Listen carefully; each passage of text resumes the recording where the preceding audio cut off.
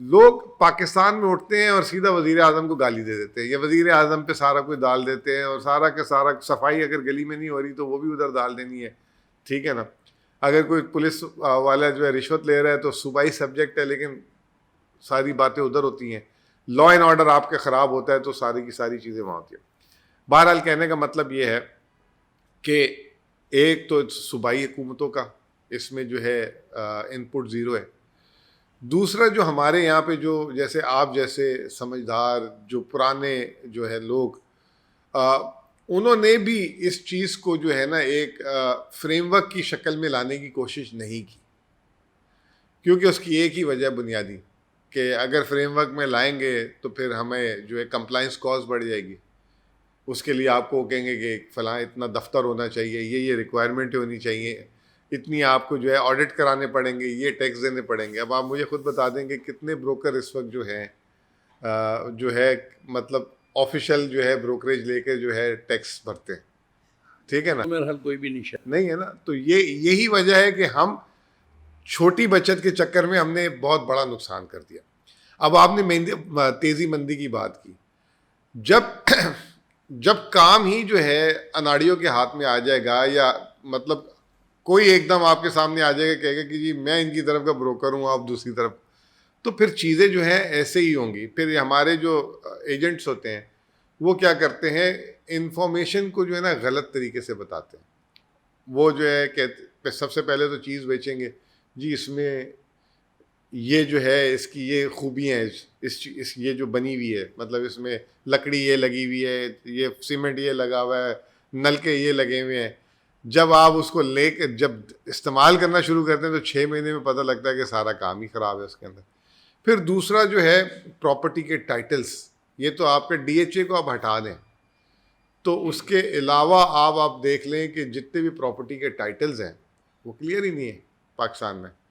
اور پتہ چلتا ہے کہ آپ کو جو ہے جو بائی لاز نہیں ہے دوسرے علاقوں میں, یہ آپ کے اب ایک ایگزامپل دے دیں, جہاں ابھی ہم بیٹھے ہوئے ہیں یہاں سے 2 گلیاں چھوڑ کے پیچھے خالد بن ولید روڈ ہے, ٹھیک ہے جی. اب خالد بن ولید روڈ میں پلاٹ کے ریٹ اس طرح بڑھے کہ جی پہلے وہاں 4 منزل الاؤ تھی, پھر 6 ہو گئی, پھر 10 ہو گئی, اب 20 منزل تک جا سکتے. سوری میں آپ کو اس میں تھوڑا سا انٹرپٹ کروں گا. اس میں اسٹیٹ ایجنٹ کام ذمہ دار ہو گیا. دیکھیں اسٹیٹ ایجنٹ ذمہ دار اس طرح ہو گیا کہ جیسے آج اسٹاک مارکیٹ میں اگر کوئی ریگولیٹر یا ملک کے لیول پہ کوئی چیز چینج ہوتی ہے نا تو بروکر ایسوسیشن جا کے جو ہے نا SCCP کا سر کھا لیتی ہے. پہلے تو PSX کا کھا لیتی ہے, پھر SCCP کا کھا لیتی ہے اور اس کو صحیح کراتی ہے. اگر کیپٹل گین ٹیکس مثال ہے آپ کے بھی, ابھی آپ اگلے سیشن میں شاید ٹیکس کی بات کریں گے, تو اب یہی اگر اسٹاک مارکیٹ میں جو ہے نا لگا ہوتا تو اس پہ ایک باقاعدہ کیمپین ہو رہی ہوتی, میڈیا پہ جا رہے ہوتے لوگ, بات کر رہے ہوتے کہ جی اس سے کام تباہ ہو رہا ہے, یہ ہو رہا ہے, ناجائز ہو رہا ہے, جائز ہو رہا ہے.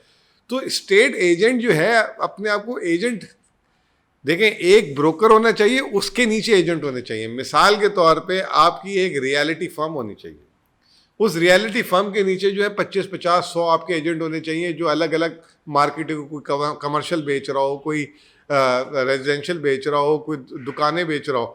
تو یہ یہاں پہ اسٹیٹ ایجنٹ نے اپنے آپ کو نا گراؤنڈ ریالٹیز کے ساتھ تیار نہیں کیا. لیکن بات یہ ہے کہ آپ کے ملک میں بائی لاز ہی نہیں ہے پراپرٹی کے.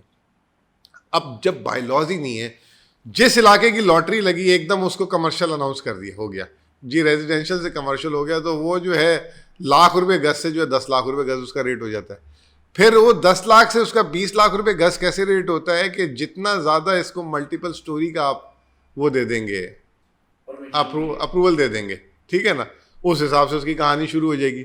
اچھا یہ کام جو ہے باقی پاکستان میں بھی شروع ہو گیا. اچھا اب اس پہ آپ نے کہا کہ بے ہنگم تیزی. اچھا اب ایک علاقہ جو ہے 2 گلیاں چھوڑ کے اگر اس کو کمرشل کر دیا تو اس کے ریٹ بڑھ گئے ہیں, تو لوگ کہتے ہیں یار جی پہلے یہ ₹1,00,000 گز تھا, ہمارا ₹50,000 گز تھا, اب یہ ₹10,00,000 گز ہے تو ہم بھی ₹2,00,000 گز میں بیچیں گے. اچھا وہ لمیٹڈ اسپیس ہے, لمیٹڈ انفارمیشن ہے, ہر علاقے کے گرو بیٹھے ہوئے ہیں. جیسے PCHS کے 10 بروکر ہیں تو وہی کنٹرول کرتے ہیں کام کو. ڈیفینس کے اگر ہیں, ڈیفینس میں تھوڑے زیادہ ہو گئے ہیں تھوڑے, ٹھیک ہے نا, تو وہ اس علاقے کے ریٹ کو کنٹرول کرتے ہیں. اچھا پھر ہمارے جو ملک میں سب سے بڑی بد نصیبی یہ ہے, پہلے تو ہم اپنے شہر کو نہیں چھوڑتے, شہر سے پھر ہم اپنے محلے کو نہیں چھوڑتے, محلے مثال میں ایسے دیتا ہوں کہ اگر میں یو کے میں پڑھتا تھا تو لوگ ایک شہر سے دوسرے شہر یوں شفٹ ہو جاتے تھے، جی میری نوکری لگ گئی اب. کراچی میں جو بچے کی نوکری ہے نا، وہ اس کو اگر لاہور کا بول دیں نا کہ آپ کی نوکری ہونے والی یا آپ یہاں چلے جائیں تو نوکری چھوڑ دے گا. وہ کہتے ہیں جی میں نے کراچی میں. لاہور والے کو اگر کہہ دیں گے کہ آپ نے کراچی جانا تو کہے گا جی میں نے نہیں کرنی ہے، پشاور جانا. یو کے میں، امریکہ میں آپ ان کے کسی بھی کونے پہ بھیج دیں، وہ یوں ایک بیگ اٹھاتے ہیں، گاڑی میں ڈالتے ہیں، چلے جاتے ہیں. اب دوسرا مسئلہ یہ آ گیا کہ جب آپ اپنا شہر نہیں چھوڑتے، پھر آپ کے اس شہر میں ایک علاقے میں آپ رہتے ہیں، وہاں آپ کے رشتہ دار رہتے ہیں یا آپ کی کمیونٹی رہتی ہے، ٹھیک ہے نا. اب آپ نے یہ کہنا ہے کہ جی میرے 4 بچے ہو گئے نا، میں نے اپنے 4 بچوں کو اسی علاقے میں کہیں ایڈجسٹ کرنا ہے، ٹھیک ہے نا. اب وہ کیا ہوتی ہے کہ اس علاقے میں مونوپلی اور ایک فکس ڈیمانڈ آ جاتی ہے، تو وہ ایک بے ہنگم، جیسے آپ نے ورڈ یوز کیا، وہ تیزی ہونا شروع ہو جاتی ہے. اچھا شیخ صاحب، دیکھیں یہ جو آپ نے چارجز لگائے میری برادری پر، وہ پوری سوسائٹی لگاتی ہے. ہم اپنے تئیں کوشش کر رہے ہیں کہ ان کو بہتر کریں، لیکن میں یہ سمجھتا ہوں کہ میں یہ انتہائی ادب کے ساتھ آپ کو کریکٹ کرنا چاہوں گا کہ شاید لوگوں کو آپ جیسے ماہرین سے لے کے، ظاہر ہے آپ بھی پالیسی میکنگ کا حصہ رہے ہیں، یہ ایکچوئل اس میں نا گیپ بہت ہے، اویئرنیس بالکل نہیں ہے. یہ جتنے بھی آپ نے الزام لگائے اس میں سے 90% کو میں جو ہے نا وہ رد کرتا ہوں. کس طرح کہ باقاعدہ ایسے ہی ہوتا ہے. ہمارے لوگ آرگنائز طریقے سے، خاص کر میں ڈیفنس کلفٹن کی بات کر رہا ہوں، اور اس وقت تو ایک انفارمیشن کا پورا فلڈ ہے، تو جو ڈیفنس میں ہو رہا ہوتا ہے وہی لاہور ڈیفنس میں بھی ہو رہا ہوتا ہے، وہی اسلام آباد میں بھی ہو رہا ہوتا ہے. ایون میرا خیال ہے گلگت بلتستان میں بھی لوگ اس ٹرینڈ کو فالو کرتے ہیں. لوگ اسی طرح بڑے آرگنائز طریقے سے خود ہی مارکیٹیئر بنتے ہیں، خود ہی مینجمنٹ کر رہے ہیں اپنے کاروبار کی، خود ہی لوگوں کو ریسرچ کر کے بتاتے ہیں. میں یہ پوچھنا چاہ رہا تھا کہ یہ جو دوسرے اکنامکس جو ڈائنامکس ہیں وہ کیسے اثر انداز ہوتے ہیں. ہم تو دیکھیں نکلے ہیں بلڈنگیں اونچی کرنے میں، ہمارا کیا دخل؟ یا سرکار نے، چاہے وہ سندھ گورنمنٹ ہو، پنجاب گورنمنٹ ہو یا فیڈرل گورنمنٹ ہو، اس نے اگر کوئی ریگولیٹر اچھے نہیں بنائے، ملکی معیشت تو آپ نے چلانی ہے نا، سٹیٹجن نے تو نہیں چلانی. اس پہ تو جس طرح آپ نے چارجز لگائے اسی طرح پوری سوسائٹی لگاتی ہے، اور ہم سرخم کرتے ہیں. اپنی اویئرنیس جس طرح کو آپ لوگوں کو ہمارے بارے میں نہیں پتہ، ہمیں خود بھی اپنے بارے میں زیادہ نہیں پتہ، تو ہم فوراً کہتے ہیں جی بالکل ایسا ہی ہوا ہوگا. جبکہ یہ جو بھی آپ نے الزامات لگائے، اب فرض کریں 9/11 کے بعد ایک پیسہ پوری دنیا سے لوگوں نے سوچا ہوم ٹاؤن میں ایک گھر ہونا چاہیے. لوگوں کے رویے بدل گئے، یورپ کے، امریکہ کے، تو ایک پاکستانیوں کو، اوورسیز پاکستانیوں کو خیال آیا کہ یار، اور پھر آسانی، ظاہر ہے آپ نے ایز آف ڈوئنگ بزنس تو کیا نہیں، تو ہر کوئی اپنا انڈسٹری تو نہیں لگا سکتا تھا. میرا بھائی باہر تھا، اس نے کہا پیسے بھیجے، یہ پلاٹ لے لو. میں کہیں بھی تھا، گجرات میں تھا، میں منڈی بہاؤدین میں تھا، میں کراچی میں تھا، میں اسلام آباد میں تھا، میں نے پلاٹ لے لیا. اب اس پیسے کا جو آنا تھا یہ تو سرکاری لوگوں کا کام تھا، ہمارے ٹیکنوکریٹس آپ جیسوں کا کام تھا، یہ سٹیٹجن کا کام تو نہیں تھا نا. اب وہ سارا پیسہ اگر آیا 90% ریئل اسٹیٹ میں چلا گیا، اس وجہ سے دیکھیں جو تھوڑی بہت معیشت یا اکنامکس ہم نے تھوڑی بہت سنی آپ جیسے لوگوں سے، یہ تو ایک ولیوں والا کام ہوتا ہے نا، کہ ایک اکانومسٹ کیا کرتا ہے، وہ محدود جو لمیٹڈ سورسز کو، ان لمیٹڈ جو ضرورتیں ہیں، خواہشیں ہیں، اس کے لیے جو رویہ ایک انسان اپناتا ہے اس کو اسٹڈی کر کے پھر ان کے لیے کچھ بہتری کا سوچتا ہے. ولیوں والا کام ہے، ولی صفت قسم کی یہ کام ہے. یہ تو اب آپ نے سوچنا تھا، یہ 25 کروڑ کیا بیہیو کر رہے ہیں، یہ کس طرح ایک ہی طرف چل نکلے ہیں، اس میں یہ کہاں قصوروار ہوا؟ میں آپ کو اس کا بھی آپ کو جواب دے دیتا ہوں. دیکھیں جو پاکستان میں جو ریئل اسٹیٹ ہے نا، وہ asset class, preferred asset class اسے کہتے ہیں، کہ پریفرڈ ایسٹ کلاس کیوں بنا؟ پچھلے 20 سالوں میں نا باقی سیکٹرز میں ٹائٹننگ ہو گئی. مثال کے طور پہ جیسے میں نے ابھی آپ کو اسٹاک مارکیٹ میں بات کی ہے، آپ 10 کروڑ کا پلاٹ خرید سکتے ہیں 1 منٹ میں، اور ایک شناختی کارڈ پہ، ٹھیک ہے نا. اس میں آپ 8 کروڑ ان آفیشیل دے دیں گے، 2 کروڑ آفیشیل دے دیں گے، اور گھنٹے بعد جو ہے نا آپ جو ہے رجسٹری کرا کے گھر آ جائیں گے، ٹھیک ہوگی. لیکن اگر آپ نے اسٹاک مارکیٹ میں شیئر لینا ہے نا 10 لاکھ کے، 10 کروڑ کا پلاٹ آپ 10 منٹ میں فارغ کر سکتے ہیں. بالکل ٹھیک.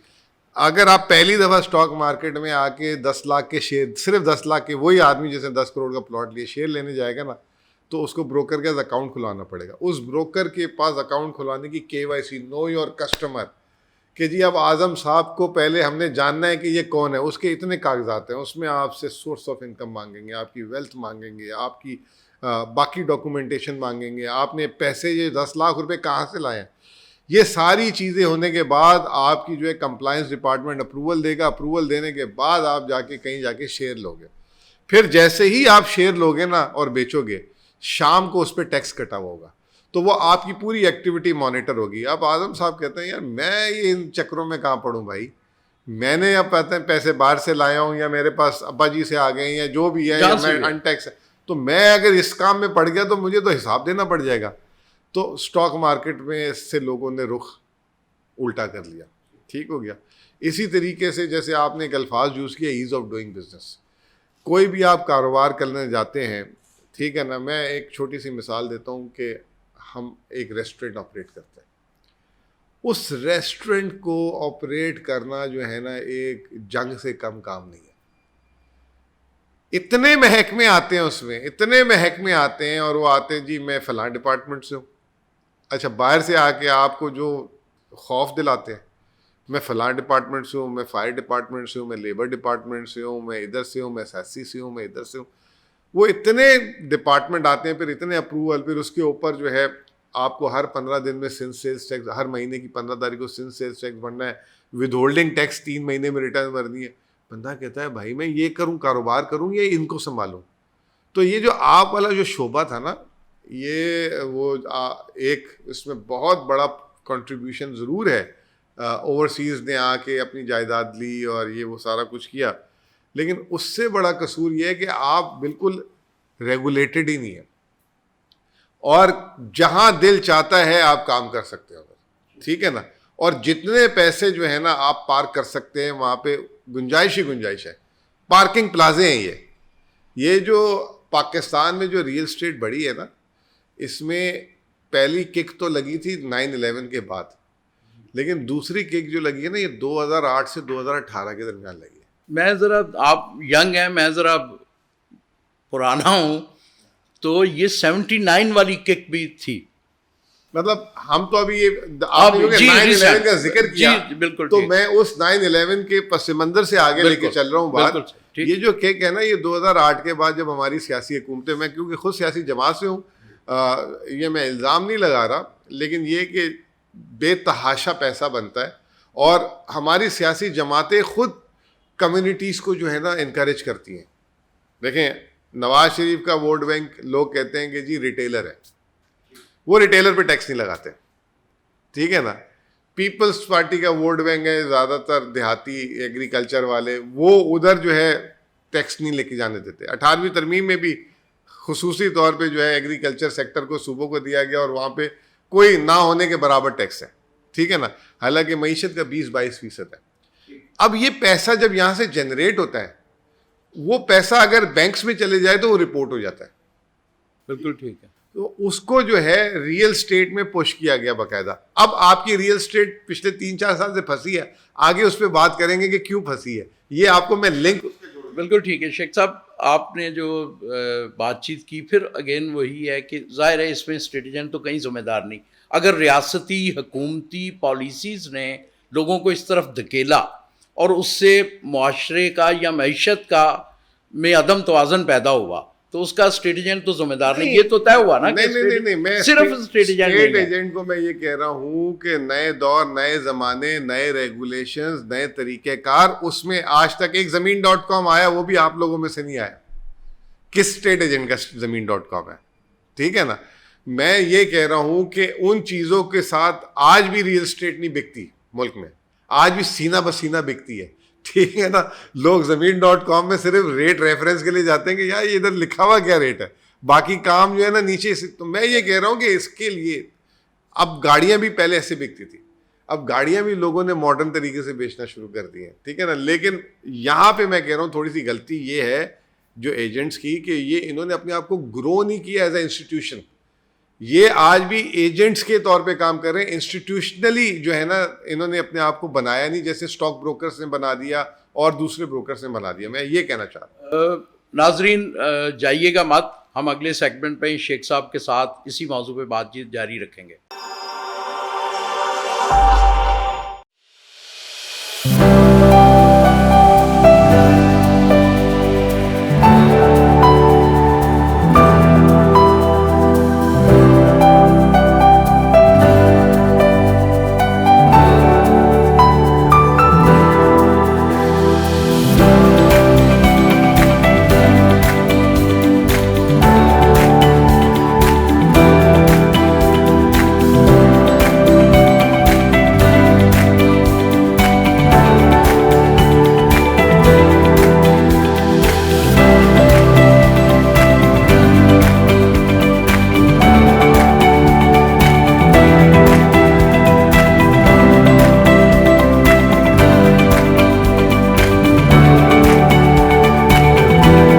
کیا آپ پاکستان کی ایک ایسی مارکیٹ اور کاروبار کے اسرار و رموز, اتار چڑھاؤ, ماضی و حال کے حالات اور مستقبل کی ممکنہ موقعوں کے بارے میں جاننا چاہتے ہیں؟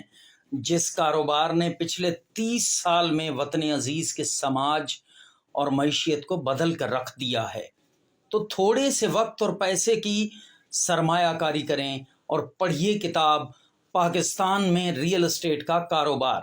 مجموعہ کتب کیش آن ڈیلیوری کی سہولت موجود ہے. رابطہ کریں 0333588981. ویلکم بیک ناظرین. شیخ صاحب ہمارے ساتھ ہیں اور ہم ان کی موجودگی کا فائدہ اٹھاتے ہوئے آج ان سے ریئل اسٹیٹ پہ کچھ ایسی چیزوں کے بارے میں سیکھیں گے جو اس ملک, قوم اور انڈسٹری کے لیے فائدہ مند. تو شیخ صاحب, ہم نے پہلے سیگمنٹ میں بات کی کہ اسٹریٹ ایجنٹ بھی اس میں ذمہ دار ہے, کہیں ریاست بھی ہے, حکومتی ادارے بھی ہیں. اب یہ چیزیں چلیں ٹھیک ہے, سب کا کہیں نہ کہیں کچھ نہ کچھ حساب ڈالا اس میں. اب یہ بتائیے گا کہ ایسی کیا تجاویز ہو سکتی ہیں کہ جس سے یہ شعبہ ملکی معیشت بلکہ انڈائریکٹلی ملکی سلامتی میں بھی رول پلے کرے, کیونکہ اس وقت تو دیکھیں اکانومی تگڑی ہوگی تو آپ کی جو ہے نا وہ سلامتی بھی اسی پہ ڈیپینڈ کرتی ہے. تو اگر اس کی وجہ سے کچھ منفی اثرات آئیں تو کس طرح ان کو بدل کے مثبت اثرات میں بدلا جا سکتا ہے کہ یہ جو اس میں اتنا پیسہ ہے, پوٹینشیل ہے, پاکستان ریئل اسٹیٹ میں بہت بڑا پوٹینشیل ہے, تو اس پوٹینشیل کو کیسے ایسا کیا جا سکتا ہے کہ اس کے جو بیچارے اس شعبے سے وابستہ ہیں ان کا بھی فائدہ ہو, اس انڈسٹری کا بھی فائدہ ہو اور ملک و قوم کا بھی اس سے فائدہ ہو. اچھا جی, میں تھوڑا سا قائل ہوں کہ مثالیں دے کر بات کرتا ہوں, ٹھیک ہے نا, اور معیشت میں بھی میں مثالیں دے کے بات کرتا ہوں. تو میں معیشت کی بات کر جاتا ہوں لیکن لوگ عام بات میں جو ہے نا اس کو سمجھا جاتا ہوں. یہ تو کمال ہوتا ہے نا جی کسی ماہر کا کہ وہ عام آدمی کی زبان بولے. اب آپ نے مجھے چائے دی ہے, ٹھیک ہے نا, موسم ٹھنڈا ہے, تو اس پہلی چائے کی پیالی کا مزہ ہی کچھ اور آئے گا مجھے. لیکن اگر آپ 5 منٹ بعد دوسری رکھ دیں گے کہ جی شیخ صاحب کی ختم ہو گئی, دوسری پلاؤ, تو دوسری میں جو ہے نا اس چسکے سے نہیں پیوں گا, ٹھیک ہے نا. اور اس کے آدھے گھنٹے بعد اب تیسری رکھ دیں گے نا تو میرے لیے یہ مصیبت بن جائے گی. ٹھیک ہو گیا. اسی طریقے سے اب آپ یوں سوچیں کہ ایک چائے کی دکان ہے آپ کی, ٹھیک ہے نا, چائے کی دکان ہے. اب اس چائے کی دکان کے گاہک اگر آپ کے سارے گھر والے ہی ہوئے اور باہر آپ کی چائے نہ بکی, ساری کی ساری چائے آپ نے گھر والوں کو بیچ دی, یہ پلا دی, تو باہر سے پیسے رقم ہی نہیں آئے گی. آپ کی دکان جو ہے وہ مطلب آپ کو لگ رہا ہے میری سیل تو ہو رہی ہے لیکن ادھر اندر ہی ساری بکی جا رہی ہے, بکی جا رہی ہے, بکی جا رہی ہے. تو کوئی بھی کاروبار پھلتا پھولتا اس وقت ہے جب اس کے گھر والے بھی استعمال کریں اور باہر سے بھی آ کے اس کو کھائیں پئیں. جیسے امریکہ کی معیشت, یورپ کی معیشت, انڈیا کی معیشت, وہ اپنے ملک کے لیے تو چیزیں بناتے ہیں لیکن جب ہم پاکستانی امریکہ میں جاتے ہیں یا انڈینز جاتے ہیں یا عرب جاتے ہیں تو وہاں سے خرید و فروخت کرتے ہیں, وہاں پیسہ لے کے جاتے ہیں, وہاں سے وہ اجناس لے کر, بے شک یہ شرٹ پاکستانی شرٹ ہی وہاں بکری ہوتی ہے لیکن اس میں ان کا کمپنی کا لوگو لگا ہوتا ہے تو ہم خرید کے لے آتے ہیں. پاکستان میں جیسے آپ نے اپنے پہلے ابتدائیہ میں ہی بات کی کہ 9/11 کے بعد اوورسیز کا ایک ریئل اسٹیٹ میں انفلو آیا اور اس کا ایک کافی زیادہ امپیکٹ پڑا ہماری ریئل اسٹیٹ پرائسز میں. جب وہ انفلو آیا تو وہ ہماری معیشت کو بھی اس نے جو ہے نا ایک بوسٹ دیا, اس میں ہمارے ریزروز بڑھے, ٹھیک ہے نا, اور تمام چیزیں ہوئیں. شوکت عزیز صاحب اس وقت وزیر اعظم تھے, انہوں نے کیا کیا, جب پاکستان میں فراہمی سے ڈالر آ رہے تھے, انہوں نے پاکستان کی امپورٹ اکانومی کھول دی. اب ادھر سے آپ نے پلاٹ بیچا 1000 گز کا, اس وقت تو 1000 گز کا پلاٹ 2 کروڑ کا تھا, لیکن 2 کروڑ بہت بڑی رقم تھی, $4 لاکھ بنتے تھے, ٹھیک ہے نا. آج $4 لاکھ 12 کروڑ پہ بنتے ہیں, ٹھیک ہے نا. تو 2 کروڑ جب آپ کو ملے تو آپ نے کیا کہ جی پہلے گاڑی لیتے ہیں, امپورٹڈ گاڑی, ٹھیک ہے نا. پھر آپ نے کہا کہ جی چلے جی حج کرنے جاتے ہیں. پھر آپ نے کہا کہ پہلے بچے کی شادی جو ہے آپ جو 2 ڈشوں پہ کرتے تھے, آپ نے بچے کی شادی میں الگ. اچھا, بچے کی شادی کا مسئلہ نہیں ہے پاکستان میں, شادی تو لوکل مرغی گوشت سے ہو جاتی ہے, لیکن اس میں جو سامان دینا شروع کر دیا وہ سارا امپورٹڈ. کین ووڈ کا یہ دینا ہے, تو سونی کی LCD دینی ہے, تو فلاں دینی ہے, ڈینگ دینی. اس سے کیا ہوا کہ آپ کی امپورٹ اکانومی بڑھنا شروع ہو گئی, امپورٹ بڑھنا شروع ہو گئی.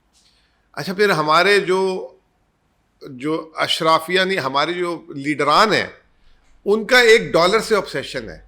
وہ یہ سمجھتے ہیں کہ ہماری حکومتی کارکردگی جتنا روپیہ سٹیبل ہوگا اتنا زیادہ لوگ ہم سے جو ہے نا مانوس ہوں گے, خوش ہوں گے. وہ نواز شریف صاحب کی بھی آپ کو پتہ عادت, وہ مشرف صاحب کے پیریڈ میں بھی رہا. اس سے کیا ہوتا ہے کہ امپورٹ سستی ہو جاتی ہے. جو چیز اب آپ پاکستان میں ایک گلاس بنانا ہے تو پاکستان میں کیونکہ ڈالر ایک جگہ کھڑا کر دیا, مہنگائی تو ہو رہی ہے نا یہاں, تو یہ اب مہنگا بننا شروع ہو گیا. باہر کیونکہ مہنگائی نہیں, وہاں سے سستا آ رہا ہے, تو یہاں کے کارخانے بند ہونا شروع ہو گئے. تو اس سے کیا ہوا کہ آپ کی میکرو اکنامک امبیلنسز بڑھنا شروع ہو گئے. آپ کے جو ہے جاری خسارہ جسے کہتے ہیں, پہلے تو ٹریڈ خسارہ پھر جاری خسارہ, وہ منفی ہونے لگ گیا. جب وہ منفی ہوا آپ نے قرض لینا شروع کر دیا, اب وہ قرض سے ملک چلانا شروع کر دیا.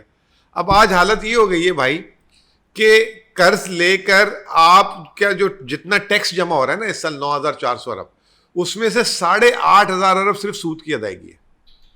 تو اس سے آپ بتائیں کہ ملک کیسے چلے گا. اب جڑ کہاں سے شروع ہوئی؟ جڑ یہ شروع ہوئی کہ یہ آپ نے ریئل اسٹیٹ یہاں بیچنا پہلی دفعہ پاکستانیوں نے لی.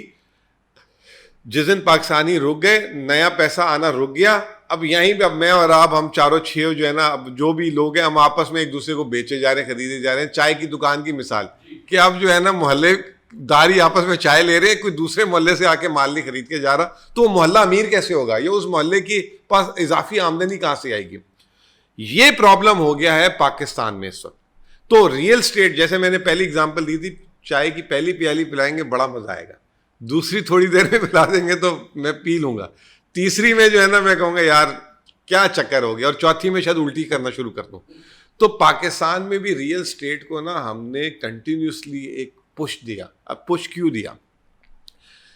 پنجاب صوبہ آپ کا جو ہے وہ اب تو 12.5-13 کروڑ کی آبادی ہے, وہ اس کا ایک ووٹ بینک ہے بہت بڑا. پنجاب آپ کو پتہ ہے ملک 62% آف پاکستان, ٹھیک ہے نا, وہ جو ہے نا حکومت بناتی ہے جو بھی ہے.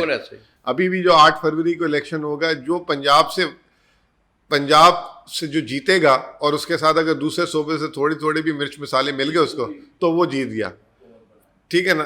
اب بات یہ کہ پنجاب میں اگر آپ پچھلے 20 سال اٹھا لیں تو لوگوں نے اپنے مین کام ان کا کیا تھا؟ زراعت. وہاں ہاؤسنگ سوسائٹیز, ٹھیک ہے نا, وہاں ایکڑوں اور کلوں میں جگہ بکتی تھی.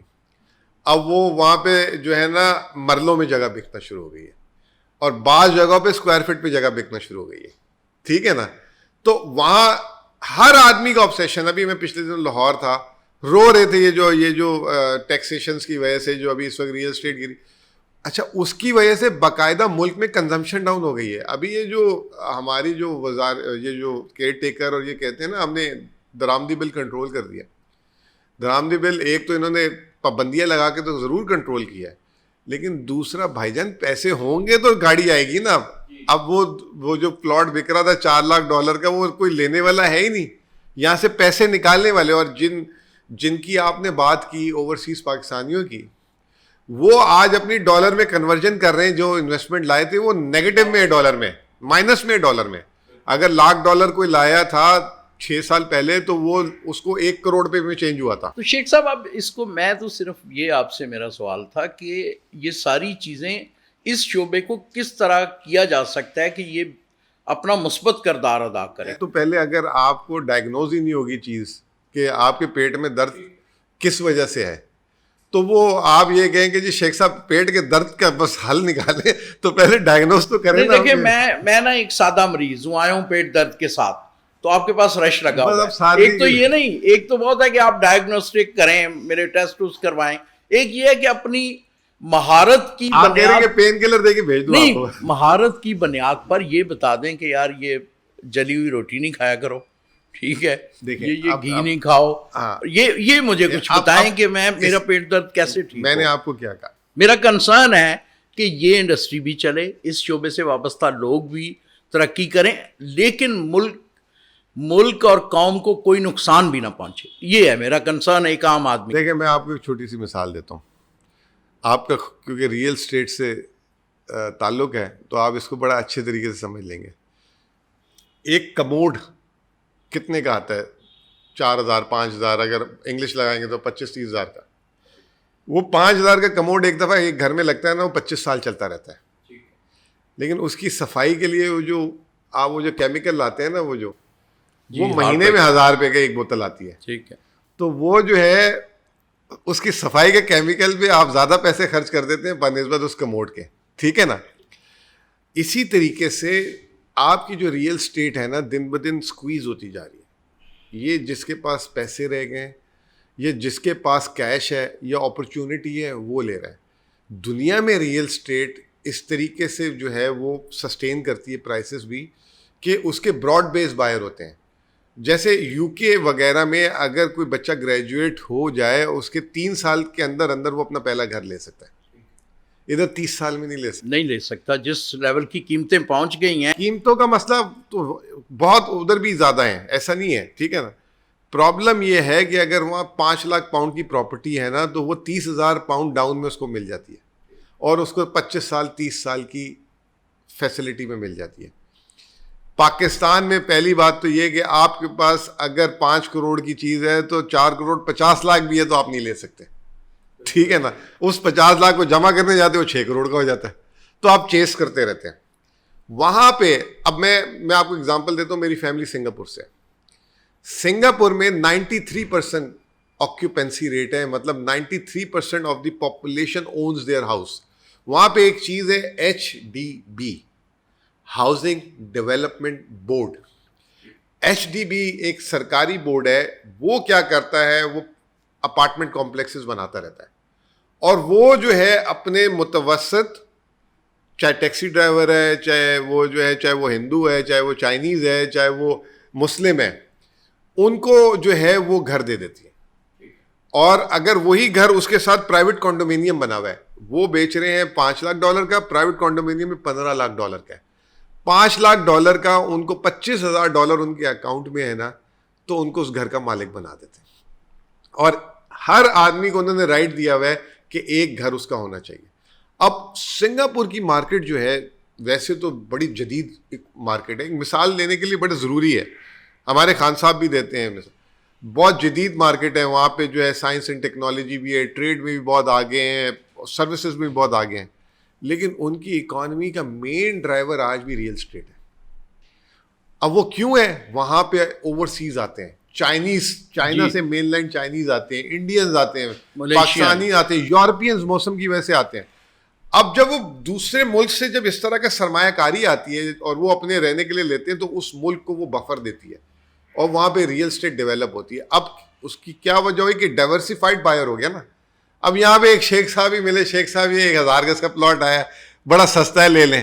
پھر یہ شیخ صاحب, تو اگر آپ پورے اس کو کہتے ہیں اکنامکس کی زبان میں انکلوسیو, مطلب ہر آدمی انکلوڈ ہو خریداری اور فروخت کے عمل میں, اس سے کیا ہوتا ہے کہ کمپٹیشن بڑھتا ہے. اس میں شیخ صاحب دیکھیں ہمارے جو کلچرل جو ڈائنامکس ہیں, جو ہمارا مطلب اگر فارنر آ کے یہاں رہتا نہیں ہے یا یہاں دفتر بنا کے. اچھا آپ اس میں ایک یہاں رکوں گا آپ کو.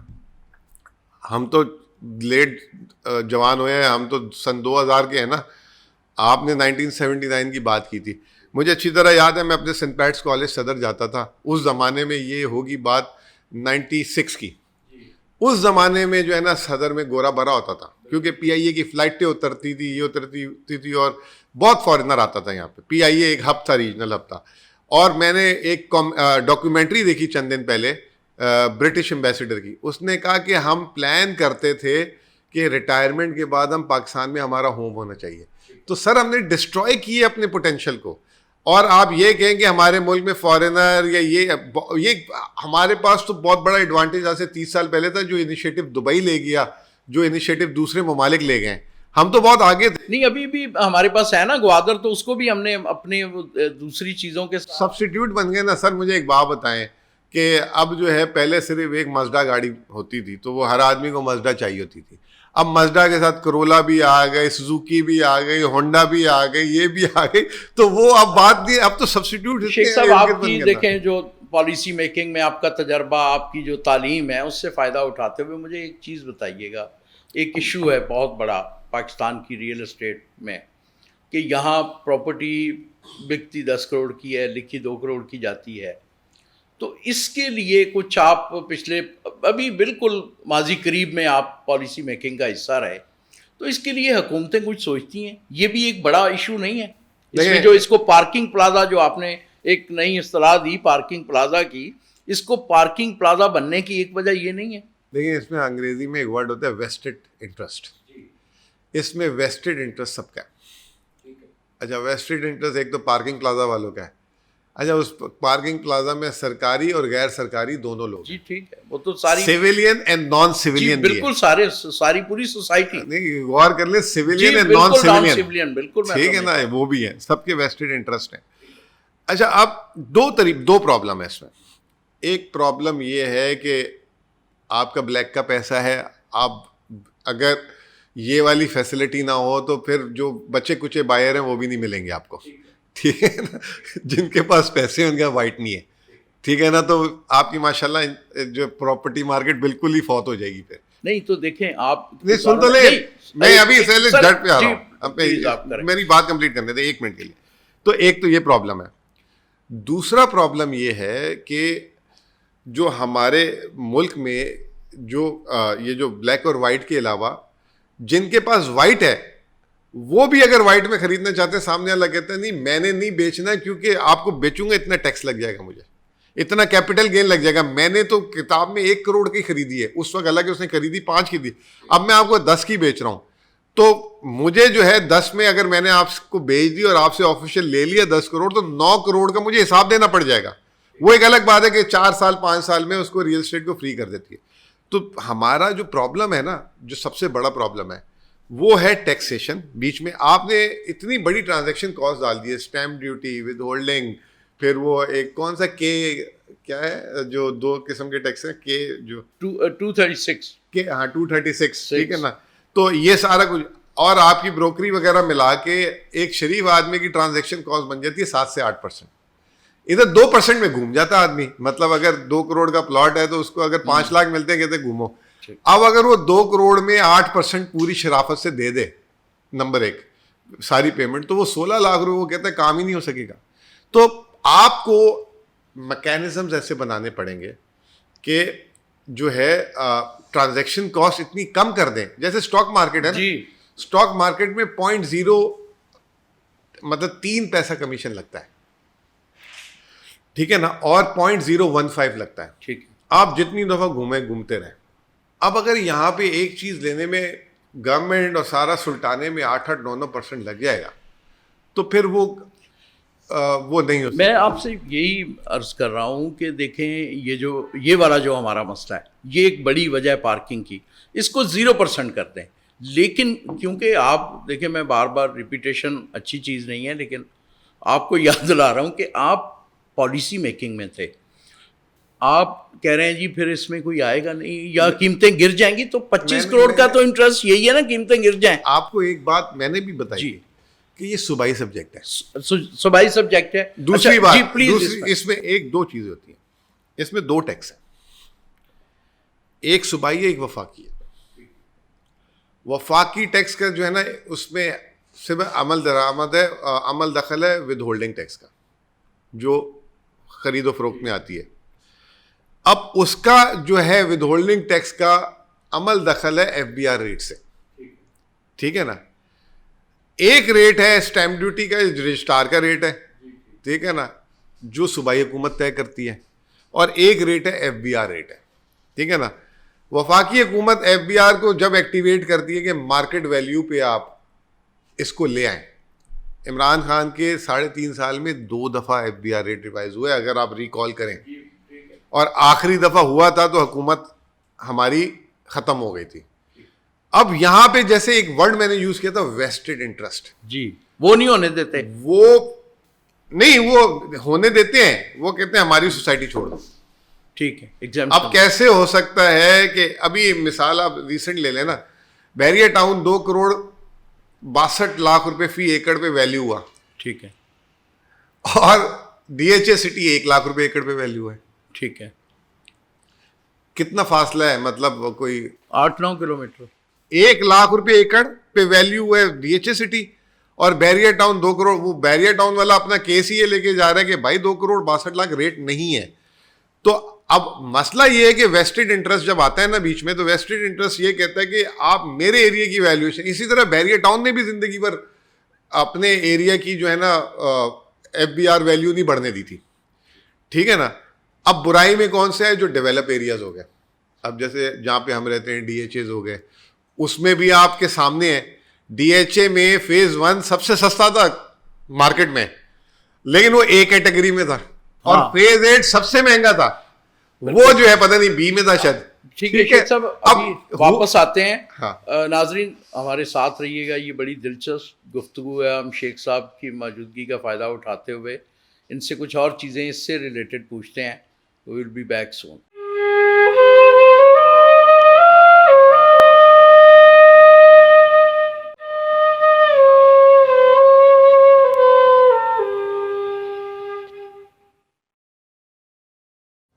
ہیلو شہر کراچی, السلام علیکم. میں ہوں سردار معراج, اور اس وقت کھڑا ہوں D H A city Karachi کے مین گیٹ پر, جو واقع ہے مین سپر ہائی وے پر. ملیر ایکسپریس وے کی تعمیر کا منصوبہ اب آخری مراحل میں چل رہا ہے, اور اس کی تعمیر کے بعد یہ مسافت رہ جائے گی کراچی شہر سے ڈی ایچ اے سٹی تک تقریباً 25 سے 30. کراچی شہر میں زمین و جائیداد کی قلت اور بڑھتی ہوئی قیمتوں کی وجہ سے ڈی ایچ اے سٹی کا یہ منصوبہ کراچی کے شہریوں کے لیے ایک بہترین منصوبہ ہے. تو آئیے ہم اندر چلتے ہیں اور سیکٹر وائز آپ کو ڈی ایچ اے سٹی کے منصوبے سے متعارف کرتے ہیں.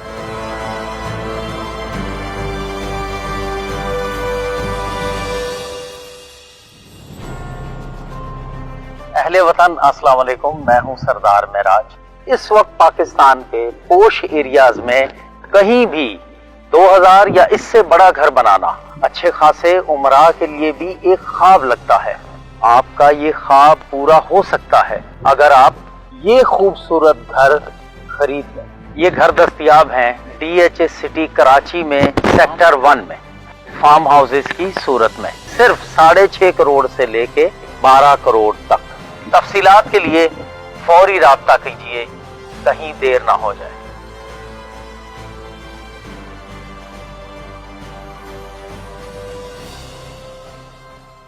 ویلکم بیک ناظرین. اچھا شیخ صاحب, ایک چیز آپ نے ابھی استعمال کیجیے, F B R rate, D C rate. مجھے یہ بتائیے, چھوٹا موٹا میں بھی ریئل اسٹیٹ کا ایک طالب علم ہوں. ہم نے اپنے ایک کلاس میں طالب علموں سے کچھ ریسرچ کروائی. یہ کوئی 8 لاکھ اسکوائر کلومیٹر کا ملک, اس کو ہم اگر ریئل اسٹیٹ یونٹ میں ڈیوائڈ کرتے ہیں تو یہ اربوں خربوں بن جاتے ہیں. وہ چاہے ایگریکلچر لینڈ ہو, چاہے وہ دکان ہو, مکان ہو, ولا ہو, فارم ہاؤس ہو. اب یہ دنیا میں کہیں کیسے ہو سکتا ہے کہ ابھی جو ریسنٹلی, پہلے یہ کوئی تھی 10-20 ہزار کیٹیگریز, اب یہ کوئی 2 لاکھ کے قریب کیٹیگریز ہیں, اور 2 لاکھ میں بھی 1,98,000 پنجاب میں ہیں, اور باقی تینوں صوبوں میں باقی 2-2.5 ہزار کیٹیگریز ہیں. اب اربوں خربوں یونٹس کو ہم 2 لاکھ کیٹیگریز میں کس طرح سمجھ سکتے ہیں؟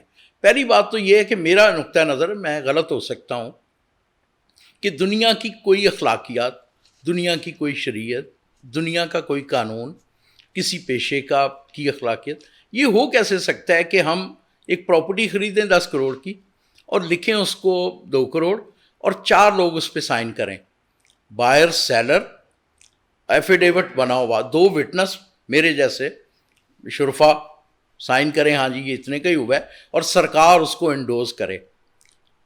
یہ کیسے نظام، یہ چل کیسے سکتا ہے؟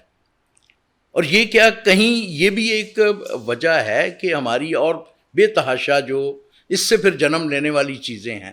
اب اس میں ویسٹڈ دیکھیں، ملک اگر انڈائریکٹلی یہ ملک کی سلامتی کو یہ چیزیں ہارم کر رہی ہیں تو پھر کیا یہ سوچنے کی بات نہیں ہے؟ آپ کیونکہ بالکل ان کوریڈورز میں پھرتے رہے ہیں، آج بھی آپ وہیں ہیں، کل بھی آ سکتے ہیں، تو اس پہ کچھ سوچا کبھی؟ کیسے ہو سکتا ہے یہ بہتر، کیسے یہ چلے گا؟ دیکھیں جی، سب سے پہلے نا اس کو آپ نے حصوں میں توڑنا ہے.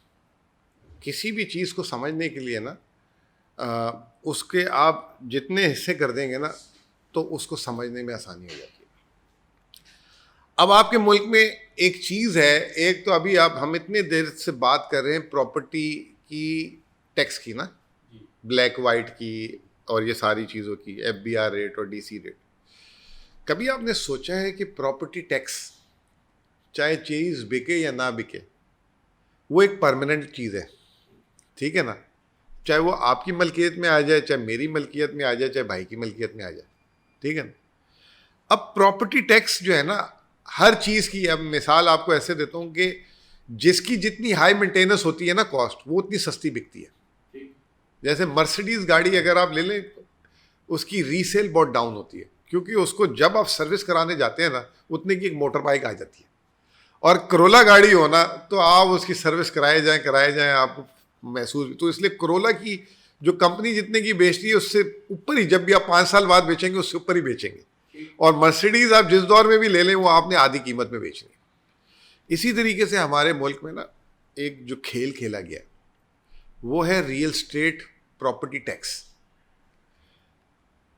سندھ میں جہاں بیٹھے ہوئے، کراچی کے باہر حیدرآباد کے کچھ حصے تک پراپرٹی ٹیکس ایگزسٹ کرتا ہے، اس کے آگے کرتا ہی نہیں ہے، ٹھیک ہے نا؟ FBR ویلیو بھی صرف کراچی اور حیدرآباد تک ہے، اس کے آگے کوئی FBR ویلیو ہی نہیں ہے. بس جائیں جو کروڑوں میں اربوں میں ہو رہا ہے کام، ٹھیک ہے نا؟ ایگریکلچر میں آگے، ایگریکلچر میں چلے گئے. اب جہاں پہ ٹیکسیشن کم سے کم ہوتی ہے نا، جیسے میں نے آپ کو کیا شروع میں کہا کہ اسٹاک مارکیٹ میں 10 لاکھ کا اکاؤنٹ آپ نہیں کھول سکتے اور ریئل اسٹیٹ میں آپ 1 ارب روپے کی جا کے لے لیں گے. اسی طریقے سے جہاں پہ یہ ٹرانزیکشن کاسٹ ایک تو بیچنے اور خریدنے میں ہے نا، اس کے بعد دوسرا اس کو رکھنے کی کیا کاسٹ ہے.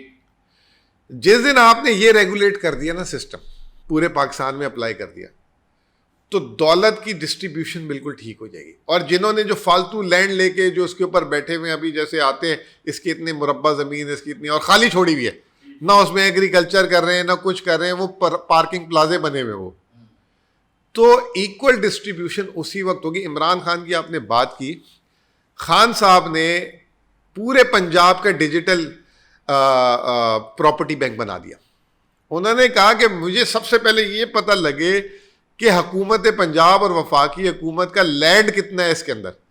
آج تک کسی حکومت، صوبائی حکومت کو یہی نہیں پتا کہ وہ کتنی زمین کے مالک ہیں. اس پہ کسی نے قبضہ کیا ہوا ہے، کسی نے جنگلات میں قبضہ کیا ہوا ہے، کسی نے زراعت کی زمین پہ، کسی نے کس زمین پہ.